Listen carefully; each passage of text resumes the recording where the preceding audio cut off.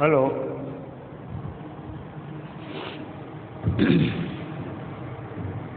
Hello friends, welcome back. SN विद्यालयના e learning પ્રોગ્રામમાં હું પિનાકિન રાવલ આપને ફરીથી આવકારું છું। મિત્રો, લાસ્ટ ટાઈમ આપણે સ્થિતિ ઉર્જા, ખાસ કરીને ગુરુત્વીય સ્થિતિ ઉર્જાની વિસ્તૃત ચર્ચા કરેલી છે। એટલે હવે આ લેક્ચરમાં આપણે એમ કહેવાય કે જે ગુરુત્વાકર્ષણને લગતી ચર્ચાઓ છે એને લગભગ પૂર્ણાહુતિ તરફ લઈ જઈશું। થિયરીનો જે પોર્શન છે એ હવે એક નાના એવા ઉદાહરણથી આપણે જે ચર્ચા કરવાની છે એની શરૂઆત કરી। માનો કે કોઈ એક પદાર્થને આપણે પૃથ્વીના ગુરુત્વાકર્ષી ક્ષેત્રમાં ફેંકી છીએ, એટલે હવે ઘટના શું બનશે તો કે એના ઉપર ગુરુત્વાકર્ષી બળ છે એ લાગે છે અધો દિશામાં, એટલે આમ પૃથ્વીના કેન્દ્ર તરફ તમે એને ફેંકો એટલે તમે એને પ્રારંભિક ગતિ ઉર્જા આપેલી છે। હવે આ પદાર્થ છે એ અમુક અંતર કાપી અને ત્યાંથી પાછો આવે છે। હવે એનું અર્થઘટન આપણે શું કરવાનું? પદાર્થને તમે જે પ્રારંભિક ગતિ ઉર્જા આપી એના ભોગે લાગતા ગુરુત્વાકર્ષી બળથી વિરુદ્ધ દિશામાં એ પોતે પોતાની ઉર્જાના ભોગે કાર્ય કરે છે, જેથી કરીને એની પાસે જે ગતિ ઉર્જા છે એ વપરાઈ જાય, અહીંયા એનો વેગ શૂન્ય થઈ જાય છે અને અહીંયાથી પછી બળની અસર હેઠળ નીચે આવે છે। તો એવો પ્રશ્ન આપણને થાય કે શું એવી કોઈ પરિસ્થિતિ હોઈ શકે કે જેમાં આ પદાર્થને હું ફેંકું, આપણો એટલો અનુભવ છે કે સહેજ જોરથી ફેંકો તો એ વધારે ઊંચે જશે, તો પદાર્થ પાછો જ ન આવે એવી કોઈ પરિસ્થિતિ હશે? શક્ય છે। આપણે એને કેલ્ક્યુલેટ કરી નિષ્ક્રમણ ઝડપની ચર્ચા કરવાની છે આપણે। એસ્કેપ વેલોસિટી કહેવાય, નિષ્ક્રમણ ઝડપ અથવા વેગ, એસ્કેપ વેલોસિટી। માનો કે મારી પાસે આ પૃથ્વી છે, હવે આ જગ્યાએ એનું ગુરુત્વાકર્ષી ક્ષેત્ર છે એ પૂરું થઈ જાય। એકચ્યુઅલમાં પૂરું નથી થવાનું, આપણે આઈડિયોલોજી લઈ છીએ, મતલબ કે આ આર ઇઝ ઇક્વલ ટુ અનંત છે। હવે આ જે બોર્ડર છે એની અંદર પૃથ્વીનું ગુરુત્વાકર્ષી બળ લાગે છે અને એની બહાર નથી લાગતું। ધારો કે પદાર્થને તમે સપાટી પરથી ફેંકો છો તો એ પાછો શું કામ આવે છે તો કે એની ગતિ ઉર્જા છે અહીંયા પહોંચતા સુધીમાં, મતલબ અનંત અંતરે પહોંચતા સુધીમાં પૂરી થઈ જાય છે। તો જો આપણે એને એવી ગતિ ઉર્જા આપી, પ્રારંભિક ગતિ ઉર્જા કે જે અહીંયા પહોંચતા સુધીમાં પૂરી નથી થતી, એટલો આંકડો જો પ્રારંભિક ગતિ ઉર્જાનો આપણે આપી તો સ્વાભાવિક છે કે એ આ બોર્ડર ક્રોસ કરી જાય। જો એ બોર્ડર ક્રોસ કરી જાય તો પછી પૃથ્વીની પકડમાં પાછો ન આવે, કાયમી ધોરણે પૃથ્વીના ગુરુત્વાકર્ષી બળમાંથી છટકી જાય।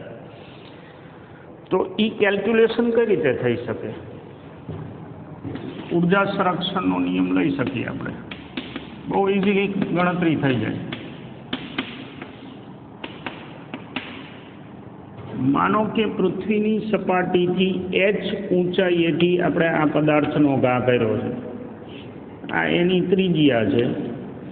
સપાટીથી h ઊંચાઈએ રહેલા p બિંદુએથી આપણે એનો ઘા કરીશું। હવે એને ફેંકતા ધારો કે એ અનંત અંતરે પહોંચે,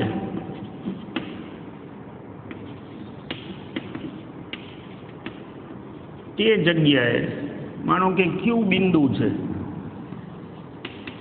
તો ધારો કે ક્યુ બિંદુ જે અનંત અંતરે પડ્યું છે, આ અનંત અંતર એટલે આપણે શું સમજવાનું? જ્યાં પૃથ્વીનું ગુરુત્વાકર્ષી બળ સિગ્નિફિકન્ટ નથી, અસરકારક નથી એવી જગ્યા। પદાર્થ પાસે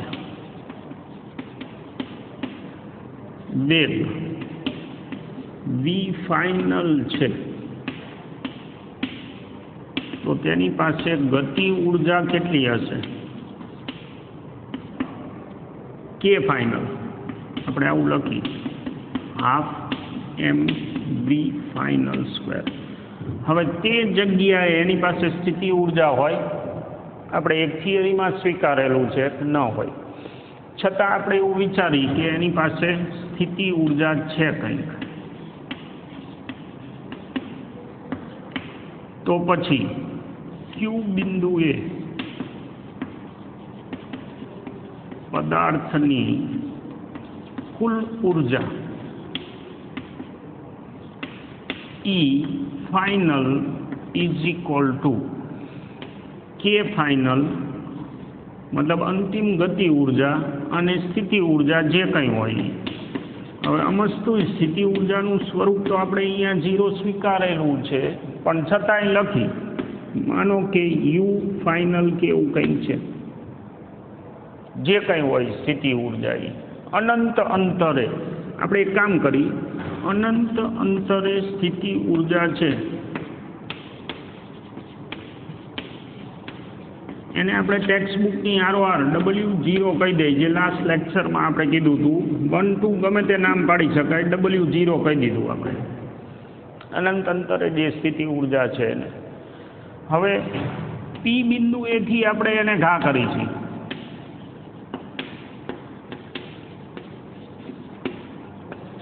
તો એની કુલ ઉર્જા કેટલી હશે? ઈ ઇનિશિયલ ઘા કરતી વખતે મેં આપેલી ગતિ ઉર્જા, મતલબ કે વી આઈ જે છે એનો પ્રારંભિક વેગ છે,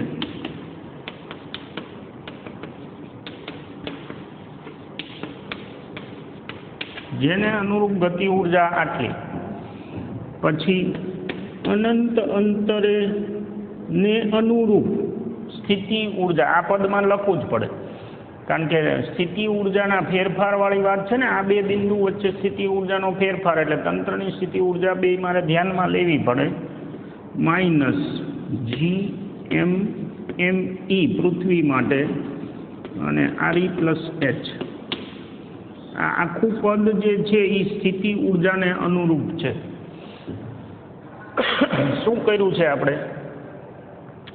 પી બિંદુએ સ્થિતિ ઉર્જા છે એ લખેલી છે, અનંત અંતરેથી એકમ દળના પદાર્થને આપણે અનંત અંતરેથી એમ દળના પદાર્થને પી બિંદુએ લાવ્યા આપણે, એટલે આટલું કાર્ય કરવું પડે. એમાં જે હતી ઈ અને આ જે કાર્ય કરેલું છે એ બેનું ટોટલ માંડેલું છે, GM1 M2 બાય R12.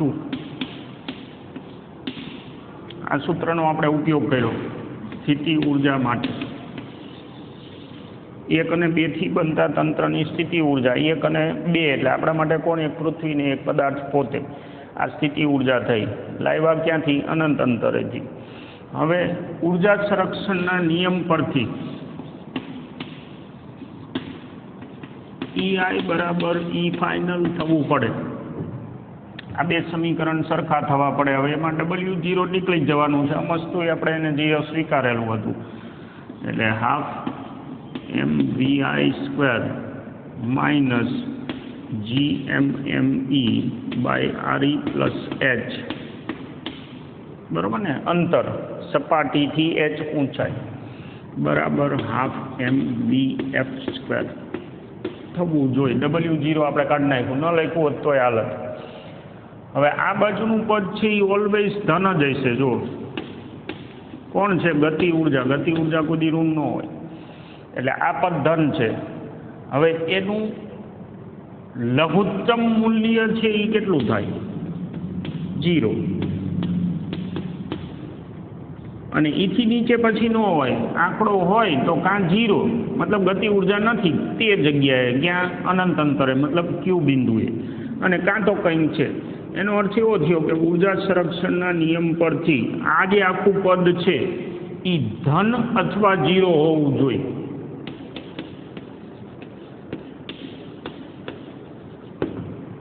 બરોબર છે ને? આ સાઈડનું, કારણ કે સંરક્ષણનો નિયમ છે, આપણે તો બુદ્ધિ નથી વાપરતા, પણ આ સાઈડનું પદ જો ધન હોય, જેનું લઘુત્તમ મૂલ્ય 0 હોઈ શકે, તો આનો હિસાબ જે કંઈ આવે એ ઉર્જા સંરક્ષણના નિયમ પ્રમાણે ધન અથવા તો 0 હોવો જોઈએ. મતલબ કે હાફ MVI² માઇનસ GMME છેદમાં RE plus H must B greater than equal to 0. મતલબ એવો થયો કે half mvi² must B greater than equal to gmme re plus h. એમાંથી m કાપી લઈ તો vi² must B greater than equal to m ઉડી ગયા પછી મતલબ એવો થયો કે આ કેલ્ક્યુલેશન જે કંઈ કરી છે એને પદાર્થના દળ સાથે કોઈ સંબંધ નથી. 2gme re plus h. મતલબ કે પી બિંદુએથી જો પદાર્થને તમારે છટકાઈ દેવો હોય કે જે ફરીથી પાછો ન આવે એના માટે પ્રારંભિક વેગનું મૂલ્ય વર્ગમૂળની અંદર 2gme/re પ્લસ h ને અનુરૂપ હોવું જોઈએ, ઓછામાં ઓછું એટલું, જેથી કરીને શું બનશે તો કે પૃથ્વીના બંધનમાંથી બહાર પહોંચે ત્યાં સુધી એની ગતિ ઉર્જા છે એ શૂન્ય નહીં થાય અને પછી કાયમી ધોરણે એ પદાર્થ છે એ પૃથ્વીના ગુરુત્વાકર્ષણમાંથી છટકી જાય. જો સપાટી પરનો પદાર્થ હોય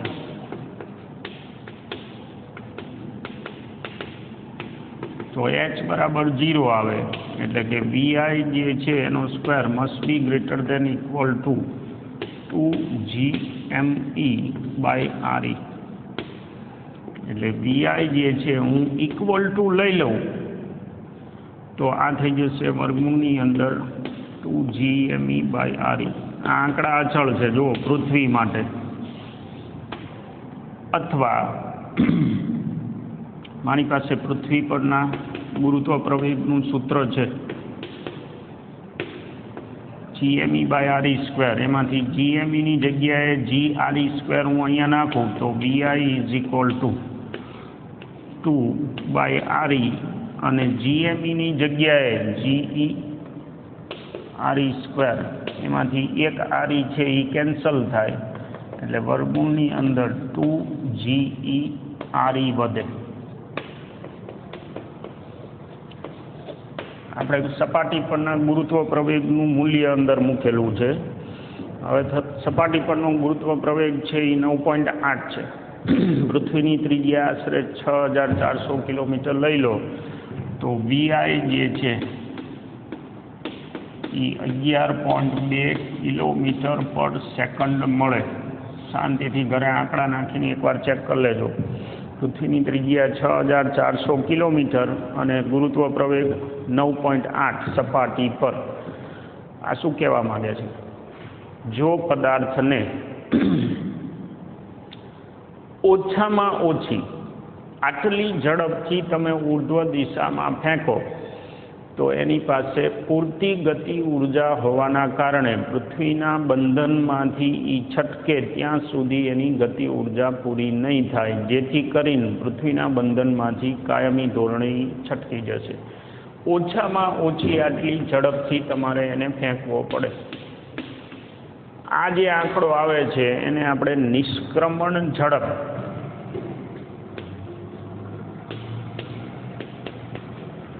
અથવા નિષ્ક્રમણ વેગ કીધેલું છે, 11.2 કિલોમીટર પર સેકન્ડ. હવે આપણને એમ થાય કે આટલો તો આંકડો હાવ નહીવત છે. આંકડો નહીવત છે પણ પાછળ એકમ જુઓ, કિલોમીટર પર સેકન્ડ. 1 સેકન્ડમાં 11 કિલોમીટર, મતલબ એવો થયો કે 10 સેકન્ડમાં અમદાવાદ, ઓલમોસ્ટ સુરેન્દ્રનગરથી અમદાવાદ. એટલે આ જે છે એ ખતરનાક સ્પીડ કહેવાય. પૃથ્વીના બંધનમાંથી કાયમી ધોરણે કોઈ પદાર્થને તમારે સપાટી પરથી છટકાવવો હોય, કારણ કે આ શરત સપાટી માટે છે, તો આટલી તમારે ઓછામાં ઓછી ઝડપ દેવી પડે. નહીંતર જો h ઊંચાઈ હોય તો આટલી, એ જે ઊંચાઈએથી તમે એને છોડતા હોય એ પ્રમાણે એનો વેગ આવે. નિષ્ક્રમણ ઝડપ. ચંદ્ર માટે પણ આવું જ કેલ્ક્યુલેશન કરી શકાય. એમાં મૂળ શું લખવું પડે તો કે અહીંયા ચંદ્રનો ગુરુત્વ પ્રવેગ અને ચંદ્રની ત્રિજ્યા, અથવા આ કેલ્ક્યુલેશનમાં નાખો તો ચંદ્રનું દળ અને એની ત્રિજ્યા. હવે જો એ આંકડો કાઢીએ આપણે તો એ લગભગ આપણો જે 11.2 છે એનો 5મો ભાગ, એટલે લગભગ 2.5 સમથિંગ એવું કંઈક આવે. એનો અર્થ એવો થયો કે ચંદ્ર ઉપર નિષ્ક્રમણ ઝડપ 2.5-3 કિલોમીટર પર સેકન્ડની જે છે અને એટલી ઝડપ હોય તો અહીંયા રહેલો પદાર્થ ચંદ્રના વાતાવરણમાં જે પદાર્થ છે એ કાયમી ધોરણે ચંદ્રના ગુરુત્વાકર્ષીમાંથી છટકી જાય. કોઈ પણ પદાર્થ ગુરુત્વાકર્ષી બળ તો લગાડશે પણ એ એના દળ ઉપર આધારિત છે. ચંદ્રનું દળ છે એ ઓછું છે એટલે અહીંયા આંકડો ઓછો મળે છે. દળ ઉપર આધારિત છે એટલે તો ચંદ્ર ઉપર વાતાવરણ નહીં હોવાનું કારણ આ છે. કારણ કે અહીંયા નિષ્ક્રમણ ઝડપ મેં કીધું એમ 2.5-3 કિલોમીટર પર સેકન્ડ છે એટલે સ્વાભાવિક છે કે એટલી ઝડપ તો વાયુના અણુઓને તો સરેરાશ હોય જ આશરે. એટલે એ વાયુના અણુઓને ચંદ્રનું ગુરુત્વાકર્ષી બળ છે એ પકડી નથી શકતું એટલે એ છટકી જાય. હવે કોઈ પણ પદાર્થ આ દળ એટલે મૂળ તો ઘનતા ને એટલે જો દળ ખૂબ જ વધારે હોય અથવા ઘનતા ખૂબ જ વધારે હોય કારણ કે અહીંયા તમે 4/3 પાઈ આર ઘન ગુણ્યા માની લો કે ઘનતા કરો તો અહીંયા ઘનતા આધારિત એક સૂત્ર મળે. કોઈ પણ પદાર્થની ઘનતા જો ખૂબ જ હેવી હોય કે જેથી કરીને નિષ્ક્રમણ ઝડપનું મૂલ્ય છે એ વધતું જાય એમ કરતાં બાય ચાન્સ માનો કે વી ઇનિશિયલ એપ્રોચ ટુ સી થાય. સી મતલબ પ્રકાશની ઝડપ 3 લાખ કિલોમીટર પર સેકન્ડ.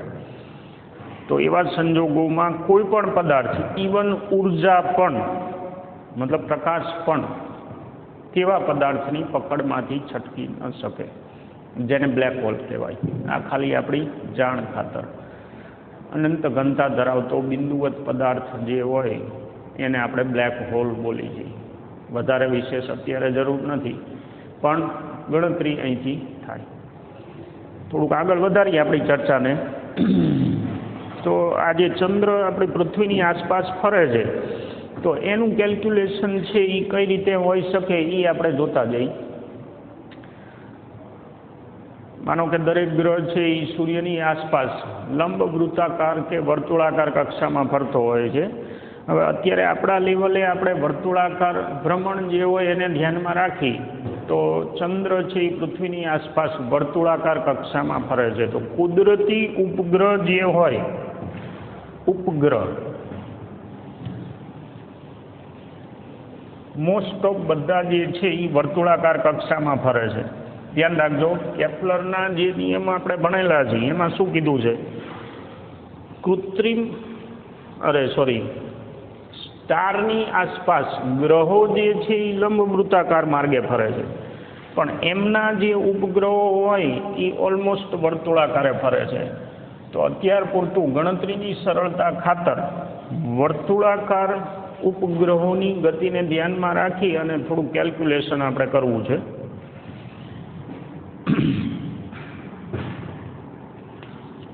કુદરતી ઉપગ્રહોની ગતિ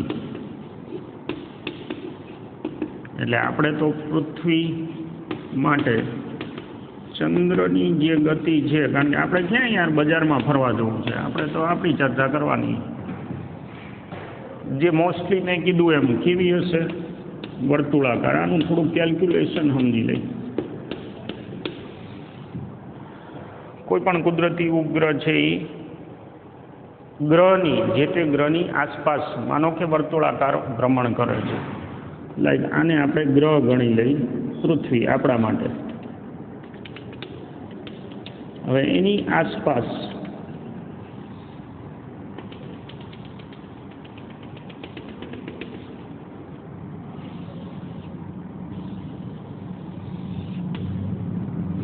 આર અંતરે કોઈ એક ગ્રહ લાઈક આપણા માટે ચંદ્ર ફરે છે વર્તુળાકાર કક્ષામાં. આપણે ભૂતકાળમાં ક્યાંક વાત કરેલી છે કોઈ પણ પદાર્થ નિયમિત વર્તુળમય ગતિ જો કરે તો એ વર્તુળમય ગતિ શક્ય બનાવવા માટે કેન્દ્રગામી બળની જરૂર પડે. કેન્દ્રગામી બળ છે એ આપણા કિસ્સામાં કોણ પૂરું પાડશે? લાઈક પૃથ્વી અને ચંદ્રનો કેસ હોય તો પૃથ્વી દ્વારા ચંદ્ર પર ગુરુત્વાકર્ષી બળ કેન્દ્ર તરફ લાગશે. એટલે એવું કહેવાય કે ઉપગ્રહની વર્તુળમય ગતિ શક્ય બનાવવા માટે જરૂરી કેન્દ્રગામી બળ Fc mv²/r આપણા કેસમાં કોણ પૂરું પાડશે? gm, માન લો કે પૃથ્વી ચંદ્રની વાત કરી તો આ gm_me/r². એમાં r એટલે શું? આકૃતિમાંથી મને દેખાય છે આ કોણ છે? પૃથ્વી. અને r છે એ કેન્દ્રથી અંતર છે.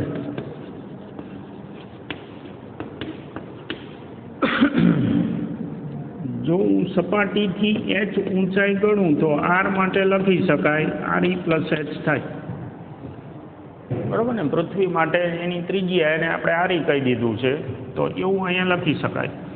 તો આમાંથી હું શું લખી શકું? v² gme એમ કેન્સલ, એક r અહીંથી કેન્સલ, એટલે gme/re + h આ v² થાય. આટલી ઝડપથી ફરતો હોય એટલે v બરાબર વર્ગમૂળની અંદર gme/re + h થાય. એમાં જો કોઈ પદાર્થ પૃથ્વીની સપાટીની એકદમ નજીક, એટલે કે h ઓલમોસ્ટ 0 થાય એવી રીતે ફરતો હોય તો એની ઝડપ છે એ આટલી હોય. જો ફરતો હોય તો અત્યારે ચંદ્ર માટે આપણે આ અંતર છે એ લઈ લેવાનું. કેટલું? કેન્દ્રથી અંતર લેવાનું છે 2.25 લાખ માઇલ. આપણે જે પહેલાં કીધું હતું એમાં આપણે પૃથ્વીની ત્રિજ્યા એડ કરી દેવાની. હવે જો એટલી ઝડપ હોય તો એક સિમ્પલ કેલ્ક્યુલેશન છે કે ઝડપ માટે કપાતું અંતર છેદમાં લાગતો સમય. આ સાદો સંબંધ મૂકી શકાય. જ્યારે આ ફરે ત્યારે અંતર કેટલું કાપશે? પરિઘ જેટલું અંતર કાપે. એટલે કપાતું અંતર છેદમાં લાગતો ટાઈમ. હવે એમાં આપણે આ સંબંધ છે એનો ઉપયોગ કરી એટલે આ થઈ જશે v² બરાબર 4π²r²/t². આ સંબંધ અને આને બેને ભેગા કરી નાખી તો gme/અંતર બરાબર 4π²r²/t². t² બરાબર આમાંથી એક r કેન્સલ થઈ ગયો, 4π²/gme/r થાય. એક r કેન્સલ થઈ ગયા પછી, અરે સોરી, કેન્સલ ન થાય, આ છેદમાં છે ને, એટલે અહીંયા થઈ જશે r3. જો તો યાદ આવ્યું કંઈ? t² ચલે છે r3. આપણે શરૂઆતમાં કેપ્લરના નિયમની વાત કરેલી હતી.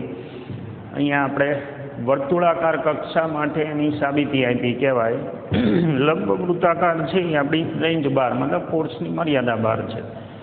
હવે થોડુંક એક કામ એ કરી, t² અથવા તો t બરાબર 4π²/gme એનું વર્ગમૂળ ગુણ્યા r ની 3/2. શું કર્યું છે આપણે? બે સાઈડ વર્ગમૂળ લીધું છે.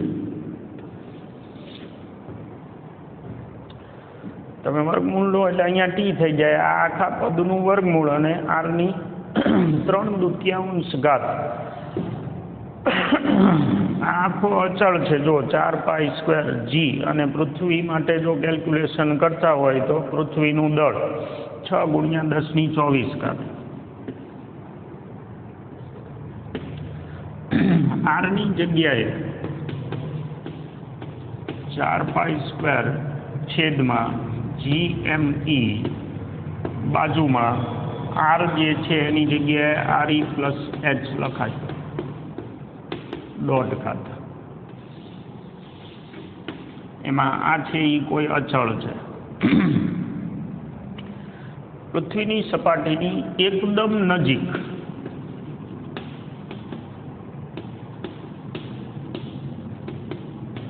સપાટીથી એકદમ નજીક.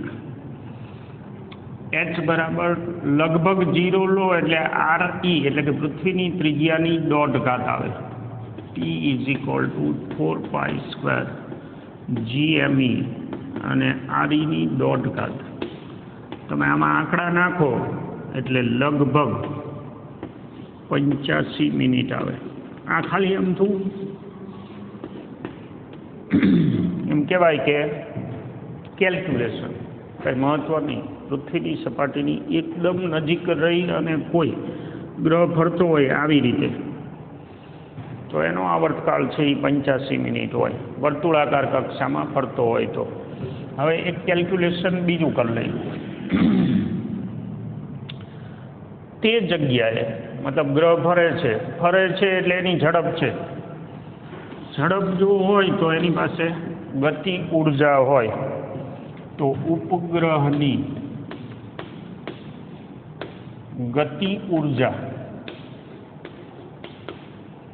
કાઇનેટિક એનર્જી = 12mv² હોય. સમીકરણ નંબર 1 ઉપયોગ કરો તમે એટલે આ થઈ જશે 12mv² ની જગ્યાએ GME/ અંતર થાય. એટલે આ થોડુંક સારું લાગે એવું લખો તો GMME/2R થાય. આ કોણ છે? Kinetic energy. હવે તે જગ્યાએ પોટેન્શિયલ એનર્જી અહીં આપણે ધારી લઈએ કે અનંત અંતરે સ્થિતિ ઉર્જા શૂન્ય છે. તો પોટેન્શિયલ એનર્જી મારે લખવી હોય કેટલી થશે? -GMME/ અંતર. દરેક વખતે સ્મોલ r એટલે કોણ છે? RE + h છે, ધ્યાનમાં રાખજો. આટલી સ્થિતિ ઉર્જા હોય જે તે ઉપગ્રહ માટે, આટલી ગતિ ઉર્જા છે અને આટલી સ્થિતિ ઉર્જા છે. જુઓ તો અડધા ડબલનો સંબંધ છે. તો જો હું એની કુલ ઉર્જા ગણવા જાઉં ઉપગ્રહ માટે ટોટલ, તો E બરાબર પોટેન્શિયલ પ્લસ કાઇનેટિક એટલે કે GMME/2R માઇનસ GMME/R. આમાંથી આ અડધું છે, આ આખું પદ છે એટલે -GMME/2R વધે. આ એની ટોટલ એનર્જી હોય. હવે કુલ ઉર્જા છે એ જો ઋણ આવી, આપણે લાસ્ટ લેક્ચરમાં કીધું હતું કે જો આવું થાય તો પદાર્થ છે એ બંધિત અવસ્થામાં છે એવું કહેવાય. મતલબ કે આ ગ્રહ છે એ પૃથ્વીની પકડમાં હશે. જે કંઈ ફરે છે એની કુલ ઉર્જા આટલી થાય. આનું બીજું સ્વરૂપ બનાવવું હોય તો બનાવી શકાય. GMEની જગ્યાએ -m/2R એમનેમ રાખી અને GMEની જગ્યાએ આપણે ગુરુત્વ પ્રવેગનું સૂત્ર મૂકી દઈએ. બરોબર ને? સપાટી પર ગુરુત્વ પ્રવેગ આપણી પાસે આવો છે એટલે આ થઈ જશે GE/RE². હવે એમાં R જે છે એ આપણી પાસે છે એટલે -GEmRE²/2 અને R જે છે એ RE + h છે.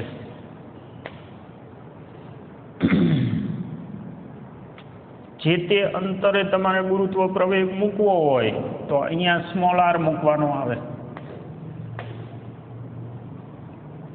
હવે જો અહીંયા સ્મોલ r મૂકી તો આ થઈ RE નહીં આવે પણ R² આવશે. જો એવું કરી આપણે તો અહીંયા તમે જુઓ ટોટલ એનર્જી કેટલી થશે? -mg પછી એક r કપાઈ ગયો, એક r બચ્યો /2 વધે. એમાં r જે છે એ શું છે? કેન્દ્રથી અંતર છે અને g શું છે? તે અંતરે ગુરુત્વ પ્રવેગ છે. ધ્યાન રાખજો, તે અંતરે ગુરુત્વ પ્રવેગ છે. માઇનસનું મેં કીધું એમ અર્થઘટન કરવાનું બંધિત અવસ્થામાં છે. હવે આ ઘટનાનો અભ્યાસ કરી અને આપણે જે છે એ શું કર્યું છે,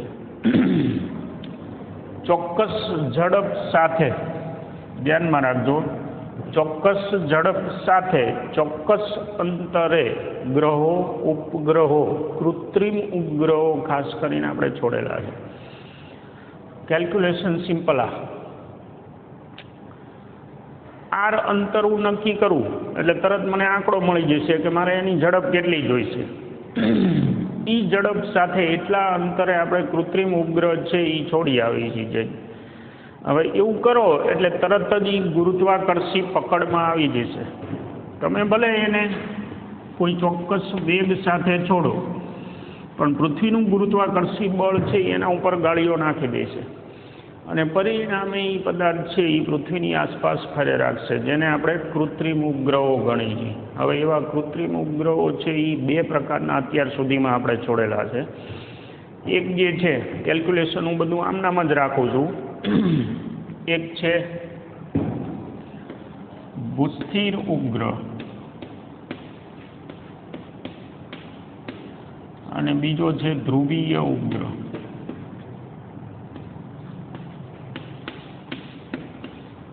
જીઓ સ્ટેશનરી એટલે પૃથ્વીના કોઈ પણ સ્થાનેથી તમે જુઓ, ખાસ કરીને વિષુવવૃત્ત ઉપરથી, તો એ કાયમી ધોરણે તમને સ્થિર જ લાગે. હવે એ શું આપણે વિચારેલું છે, માનો કે આજે આપણને આવર્તકાળનો સંબંધ મળ્યો છે ખાસા, હું એને થોડો કલર કાઢું.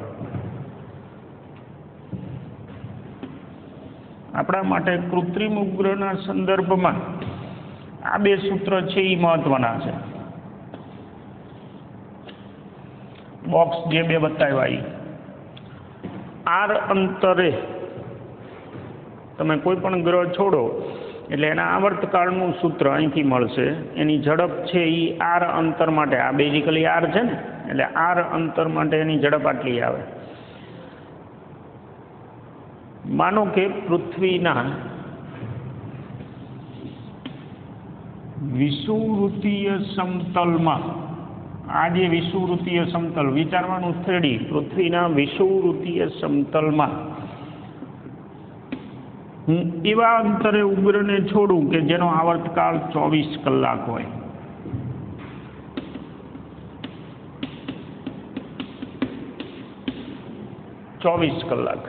એટલે સ્વાભાવિક છે કે પૃથ્વી ફરે ત્યારે એ ગ્રહ છે એ જે તે સ્થળની ઉપર જ રહેશે,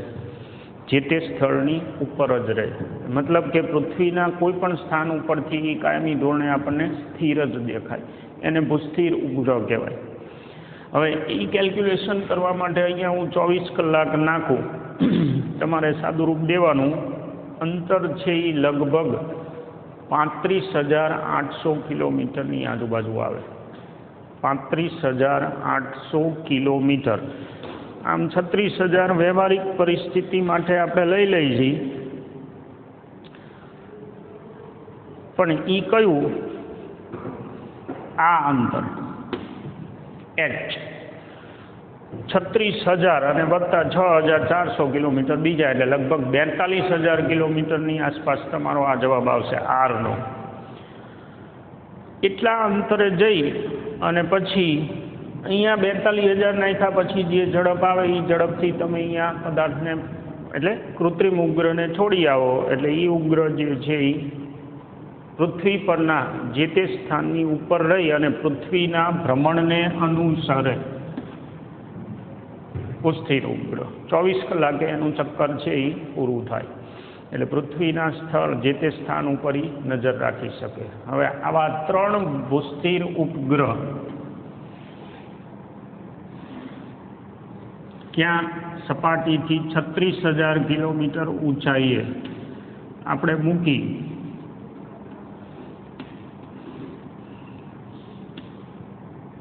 અત્યારે આપણે એ કેલ્ક્યુલેશન નથી કરવાનું, પણ એ લગભગ આખી પૃથ્વીને કવર કરી લે.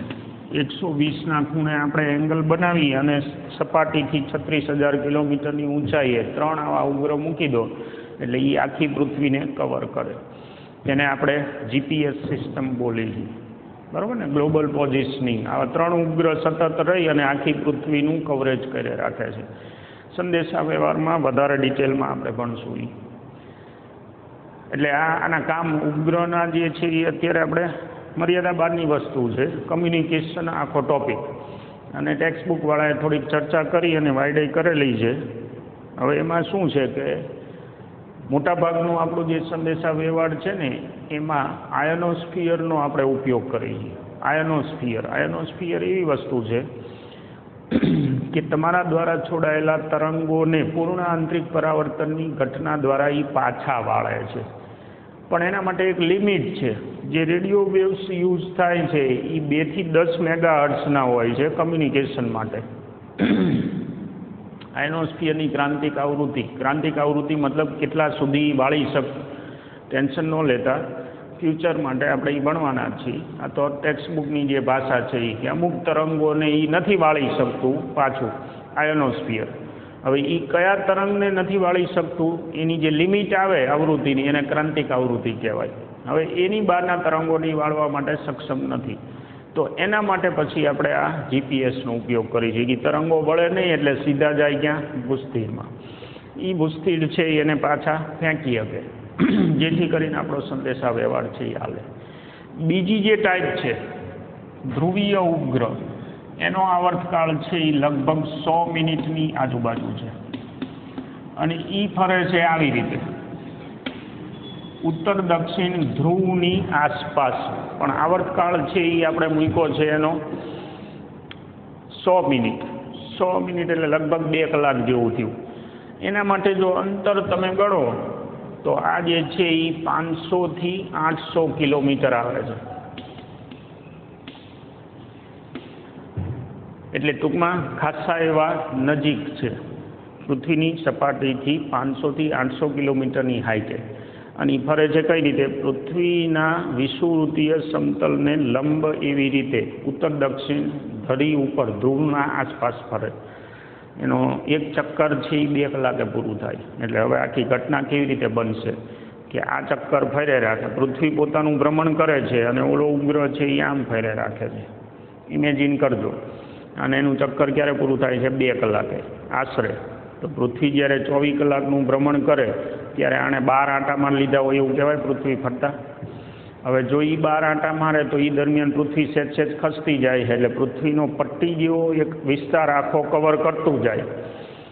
એટલે પરિણામે શું થાય તો કે આખી પૃથ્વી જે છે એની માહિતી 24 કલાકે તમારી પાસે આવી જાય. એટલે જાસૂસી માટે આનો ઉપયોગ થાય છે. વેધર ફોરકાસ્ટ માટે ને એવી રીતે આનો ઉપયોગ થાય છે. જે પૃથ્વીની નજીક રહી અને શાર્પ કેમેરા વડે વેધર ફોરકાસ્ટ કરી શકે છે, જાસૂસી કરી શકે છે વગેરે. ડિટેલ મેં કીધું એમ અત્યારે આપણે નથી ભણવાની, પણ આ લોજિક, સિમ્પલ લોજિક ઉપર આપણે એ કેલ્ક્યુલેશન કરી અને ન્યૂટન, તમને એમ થાય કે એ કંઈ મફતમાં થોડો ફરે. ન્યૂટનનો આપણી પાસે પહેલો નિયમ છે. આપણે શું કર્યું છે એકચ્યુઅલમાં તો કે એને જે કેન્દ્રગામી બળની જરૂર છે ચોક્કસ વેગથી ફરવા માટે એટલું બળ પૂરું પાડી દીધું છે અને પરિણામે એના ઉપર સિગ્મા F0 થઈ જાય છે. એટલે આપણે ગોઠવણ એવી કરી છે. એકચ્યુઅલમાં પદાર્થ ઉપર લાગતો ધક્કો છે અને એ ધક્કાને અનુરૂપ બળ જો મળી જતું હોય તો સિગ્મા F0 થઈ જાય. અને સિગ્મા F0 એટલે એ સંતુલનની પરિસ્થિતિ છે. સંતુલનની પરિસ્થિતિ હોય તો કોઈ પણ પદાર્થ છે એ 2 રોકટોક પેટ્રોલ પુરાવ્યા વગર પોતાનો ધંધો ચાલુ રાખે, આવું ન્યૂટન દાદાએ કીધું છે. એક નાનો એવો ટોપિક તમને આપ્યો છે થિયરીનો, વેઇટલેસનેસ, વજન રહિતતા. માનો કે હું અત્યારે અહીંયા ઊભો છું તો મને મારું વજન ફીલ થાય, બરાબર છે ને? કારણ કે સીધા ઊભા રહેવા માટે પગ એટલે જ દુખે છે ને.